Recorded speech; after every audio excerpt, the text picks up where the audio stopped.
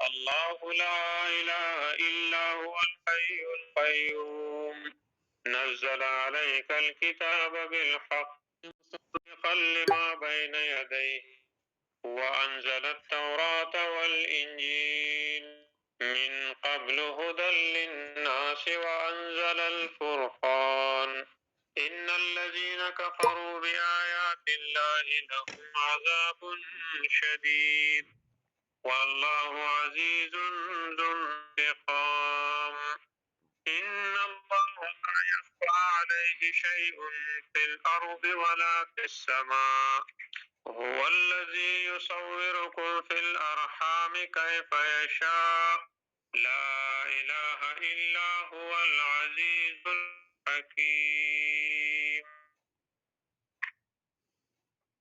سورة آل عمران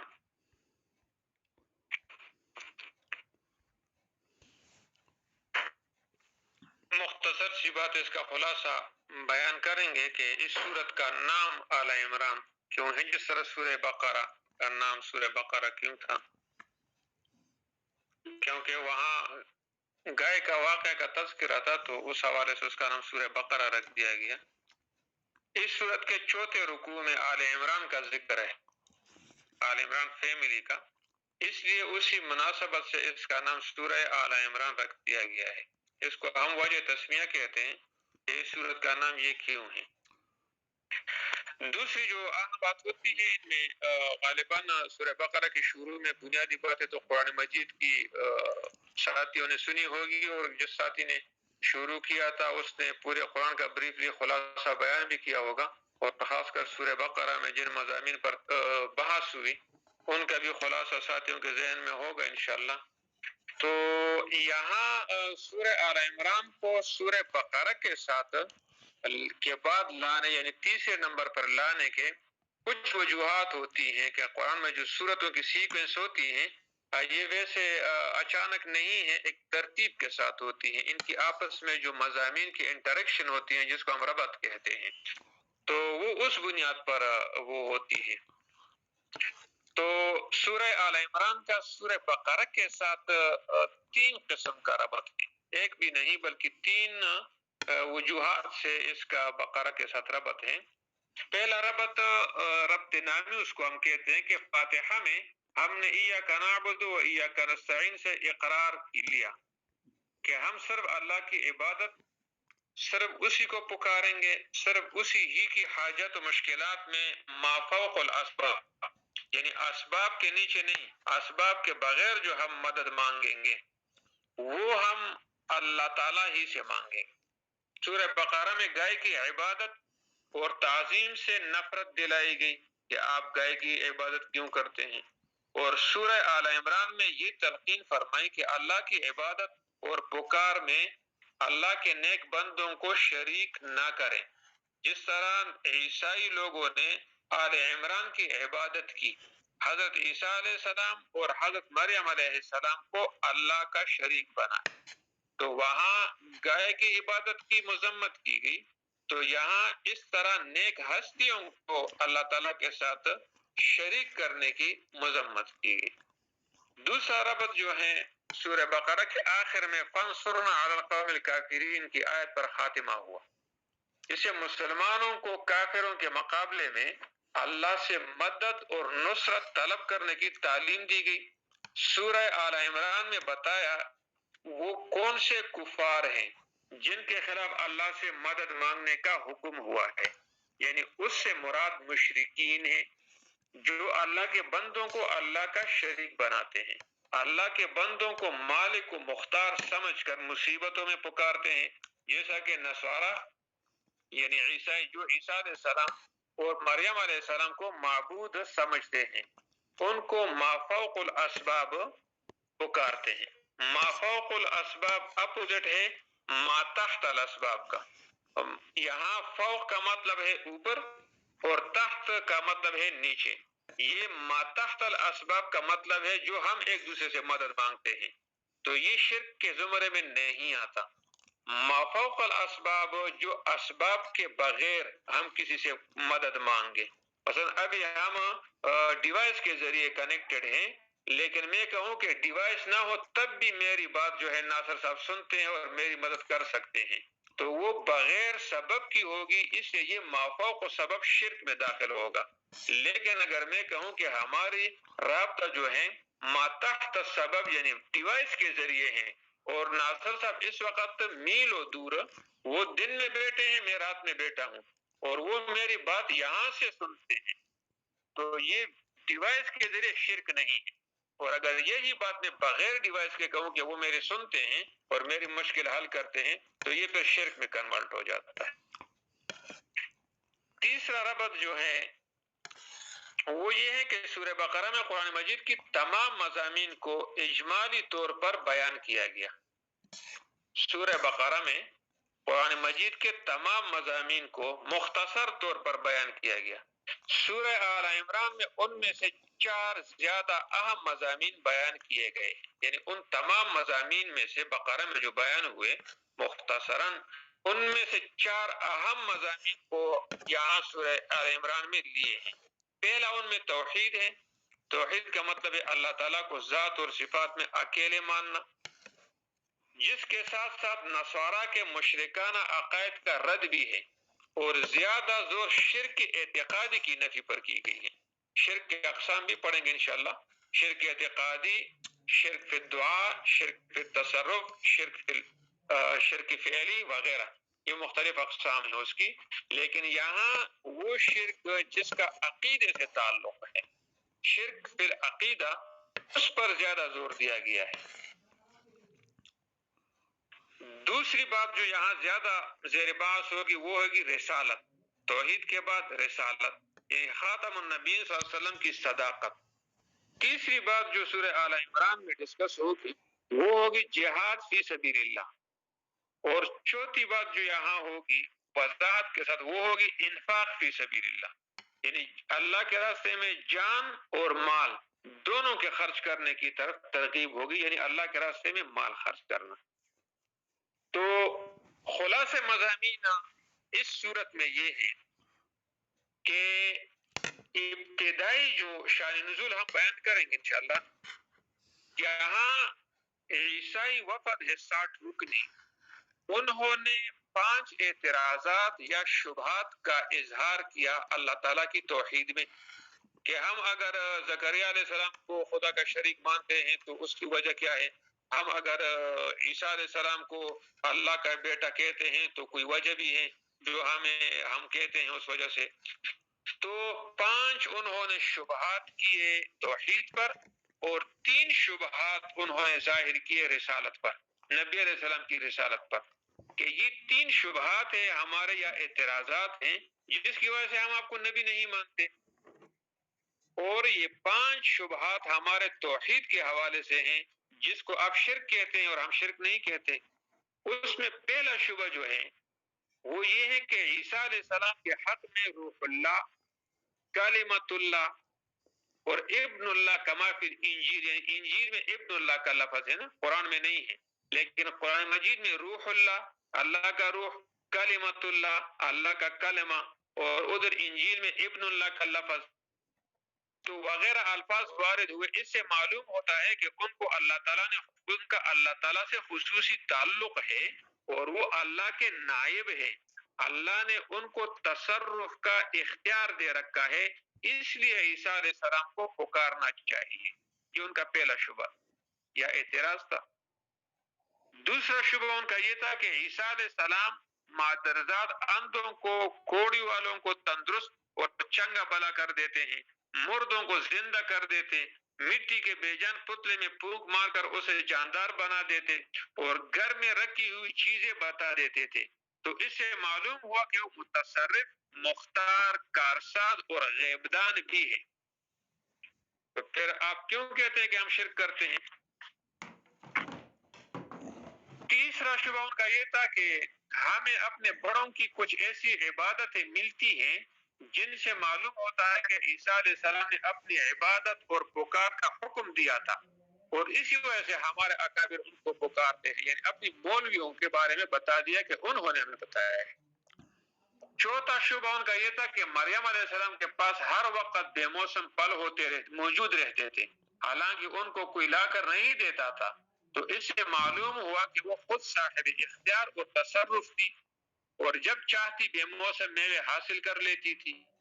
اس لیے حاجتوں اور مشکلوں میں ان سے مدد لینا کوئی بری بات تو نہیں ہے. جب وہ اپنے لیے اس طرح کام کرتی ہے تو ہمارے لیے بھی کرتی ہے.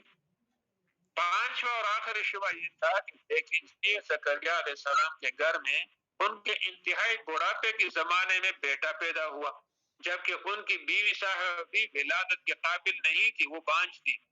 تو اس سے معلوم ہوا کہ ان کو اختیار اور تصرف حاصل تھا اور وہ کارساز تھے. تبھی تو بے موسم بیٹا پیدا ہوا کہ بظاہر کوئی سبب نہیں تھا اور اپنے لیے بیٹا پیدا کر دیا. تو وہ اللہ تعالیٰ کے کاموں میں تو مختار ہوئے نا. تو ان شبہات کے مختصراً اشارتاً میں ذکر کرتا ہوں کیونکہ شبہات میں نے ذکر کیے ہیں تو ساتھیوں کے ذہن میں کوئی وہ نہ ہو. تو پھر پڑھیں گے انشاءاللہ جب آل عمران میں ہم جائیں گے. تو یہاں ہم پہلے شبہ کا جواب ہیں کہ هو الذی انزل علیک الکتاب منہ آیات محکمات ہن ام الکتاب. کل کے درس میں جو آیت آئے گی یعنی یہ جو کلمۃ اللہ، روح اللہ، ابن اللہ، یہ متشابہ الفاظ ہیں اور یہ لوگ ان متشابہ الفاظ کے پیچھے پڑتے ہیں، محکم آیاتوں کے پیچھے نہیں پڑتے. لہذا ان لوگوں کی دلوں میں کجروی ہے. کل کے سبق میں انشاءاللہ آئے گا اس شبہ کا جواب. دوسرے شبہ کا جواب اللہ تعالیٰ نے 5ویں رکوع میں دیا تھا کہ انی قد جئتکم بآیۃ من ربکم انی اخلق لکم من الطین کہیئۃ الطیر فانفخ فیہ فیکون طیرا باذن اللہ. یعنی یہ لوگ تو کہتے ہیں مٹی کا پتلا بنا کے اڑا دیتے ہیں، مردوں کو اڑا دیتے ہیں، لیکن جب عیسیٰ علیہ السلام خود کہتے ہیں کہ یہ باذن اللہ، یہ میں خدا کے حکم سے کرتا ہوں، تو پھر یہ ان کو تصرف کا اختیار کیسے دیتے ہیں؟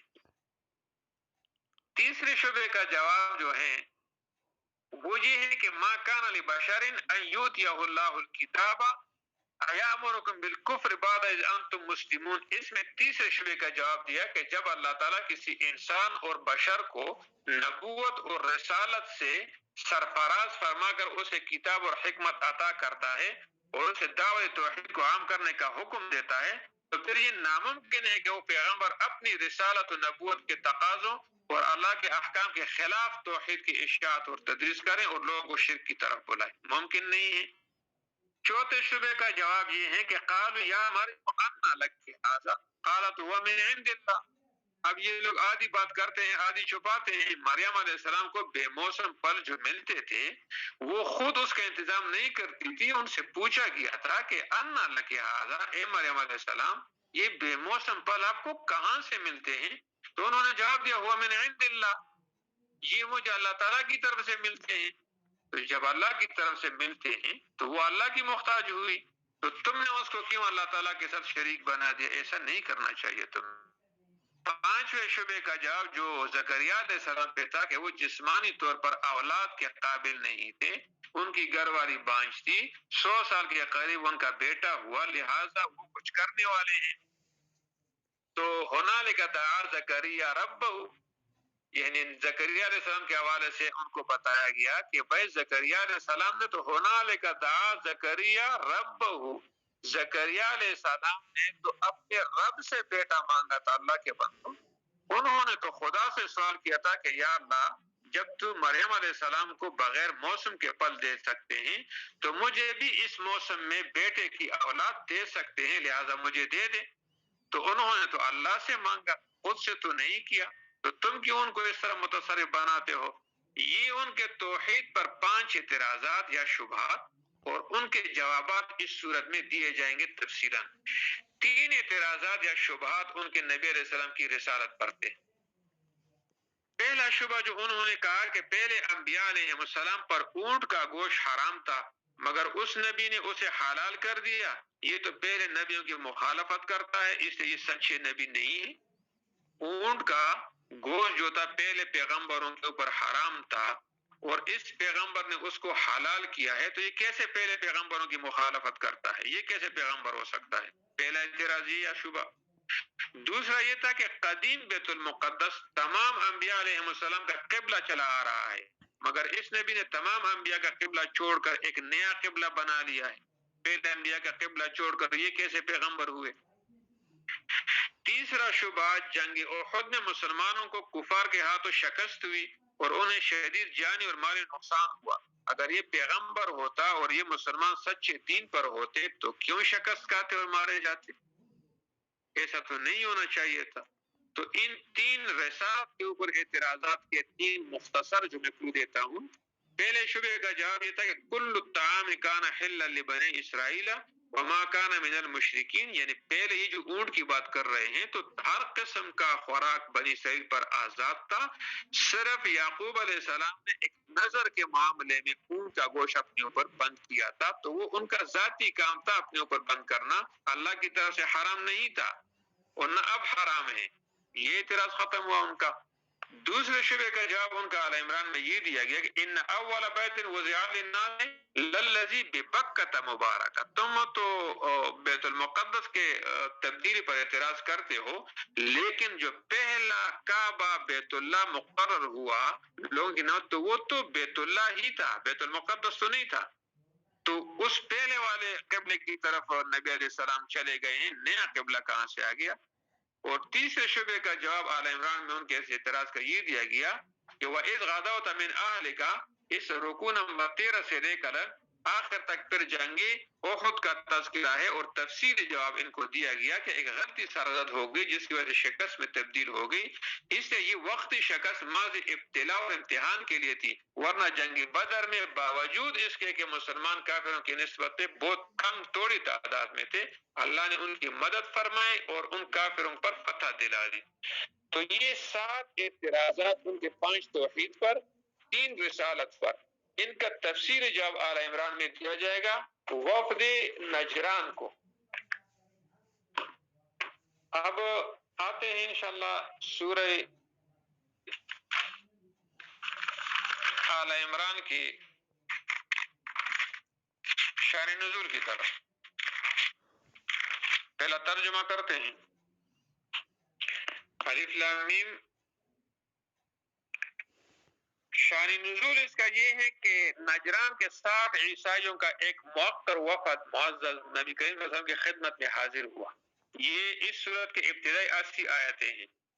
اس میں 3 شخص جو تھے، عبد المسیح عاقب بحیثیت امیر اور سیادت کے، اے احمد سعید برحاظ رائے و تکفیر کے، اور ابو حارثہ بن علقمہ باعتبار سب سے بڑے مذہبی اسکالر اور لاٹ پادری ہونے کے عام شہرت اور امتیاز رکھتے ہیں۔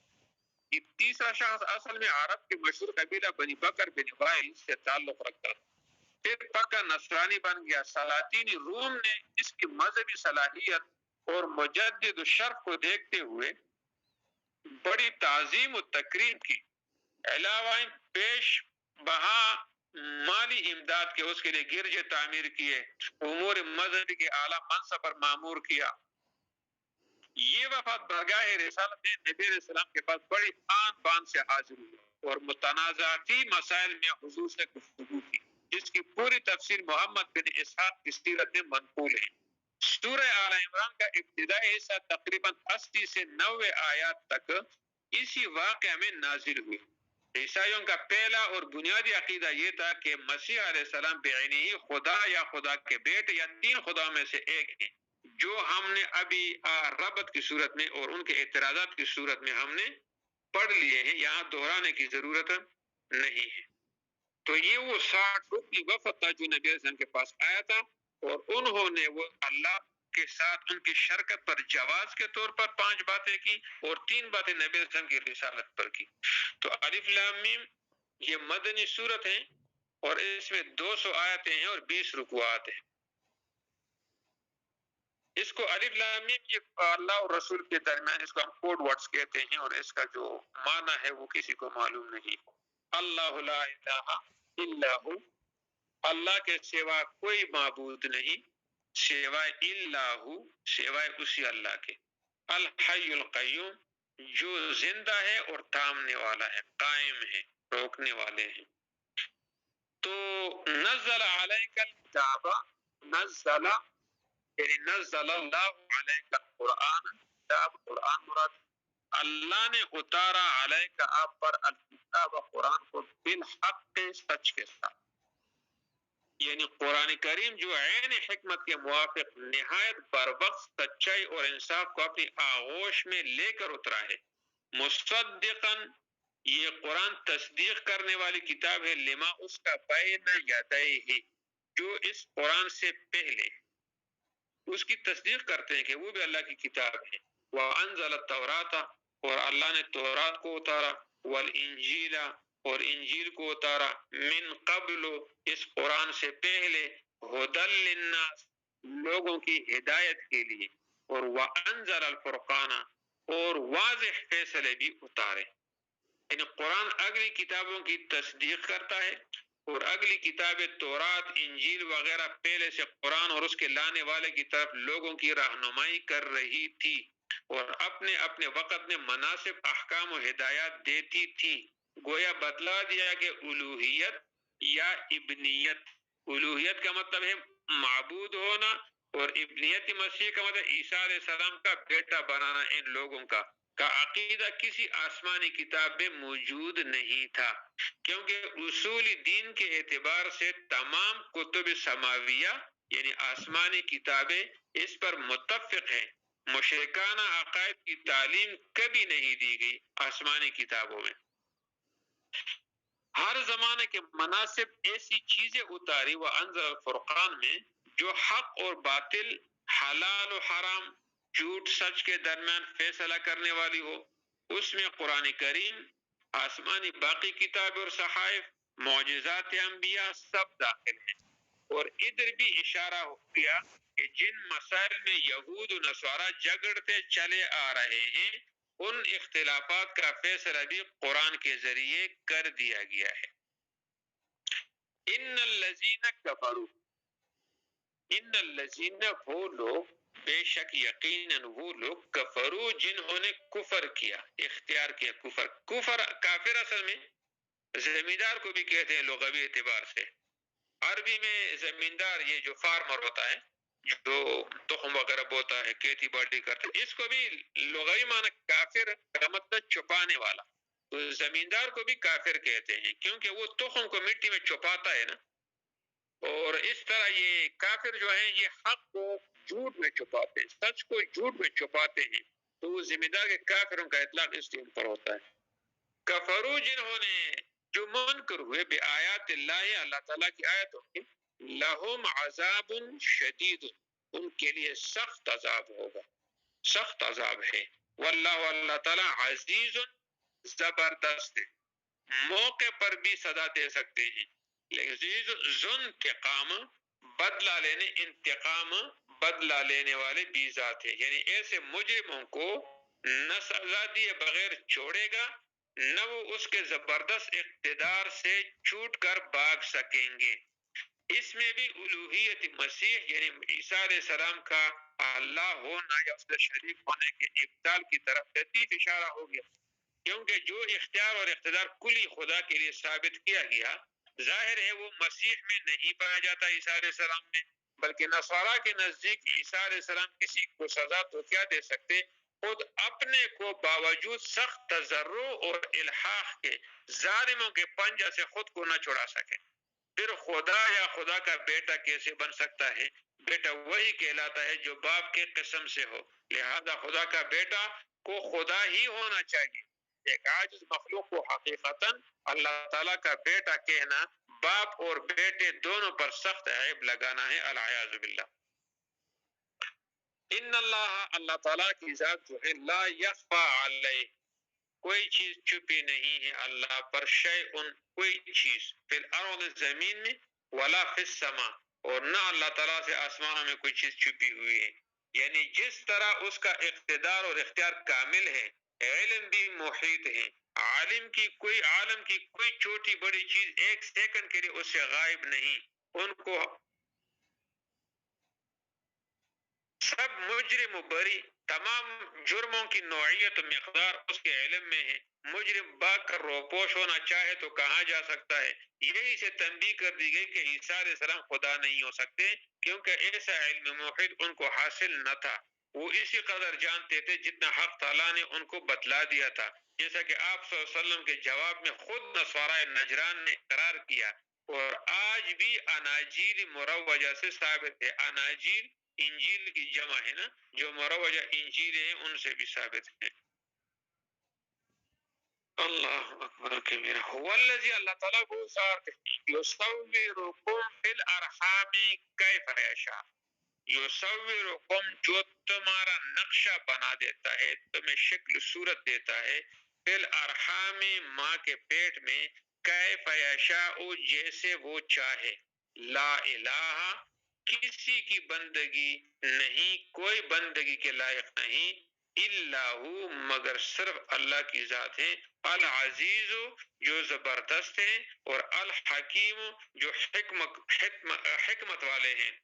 یعنی اپنے علم و حکمت کے مطابق کمال قدرت سے جیسا اور جس طرح چاہا ماں کے پیٹ میں تمہارا نقشہ بنایا، مذکر مؤنث، خوبصورت بدصورت، جیسا پیدا کرنا تھا کر دیا. ایک پانی کے قطرہ کو کتنی پلٹیاں دے کر آدمی کی صورت عطا فرمائی. جس کی قدرت و صنعت کا یہ حال ہے کہ کیا اس کے علم میں کمی ہو سکتی ہے؟ یا کوئی انسان جو خود بھی بطن مادر کی تاریکیوں میں رہ کر آیا ہو اور عام بچوں کی طرح کھاتا پیتا پیشاب پاخانہ کرتا ہو، اس خداوند قدوس کا بیٹا یا پوتا کہلایا جا سکتا ہے؟ کبرت کلمۃ تخرج من افواہہم ان یقولون الا کذبا. دوسری جگہ اللہ فرماتے ہیں بہت بڑی خطرناک بات ان کے منہ سے نکلتی ہے. عیسائیوں کا سوال تھا کہ جب مسیح کا ظاہری باپ کوئی نہیں تو خدا کے سوا کس کو ہم باپ کہیں؟ تو یصورکم فی الارحام کیف یشاء میں اس کا جواب بھی ہو گیا. یعنی خدا کو قدرت ہے، رحم میں جس طرح چاہے آدمی کا نقشہ تیار کر دے، خواہ ماں باپ دونوں کے ملنے سے یا صرف ماں کے قوت منفعلہ سے، ماں سے. اسی لیے آگے فرمایا هو العزیز الحکیم، زبردست ہے جس کی قدرت کو کوئی محدود نہیں کر سکتا، اور حکیم ہے، جہاں جیسا مناسب جانتا ہے کرتا ہے. حوا علیہ السلام کو بغیر ماں کے، مسیح علیہ السلام کو بغیر باپ کے، اور آدم علیہ السلام کو بغیر ماں باپ دونوں کے پیدا کر دیا. اس کی حکمتوں کا احاطہ کون کر سکتا ہے؟ اللہ تعالیٰ سننے اور عمل کرنے کی توفیق عطا فرمائے. اور آج کا درس میرے حوالے سے یہاں تک مناسب تھا، اس سے زیادہ میں نے لمبا کرنا مناسب نہیں سمجھا.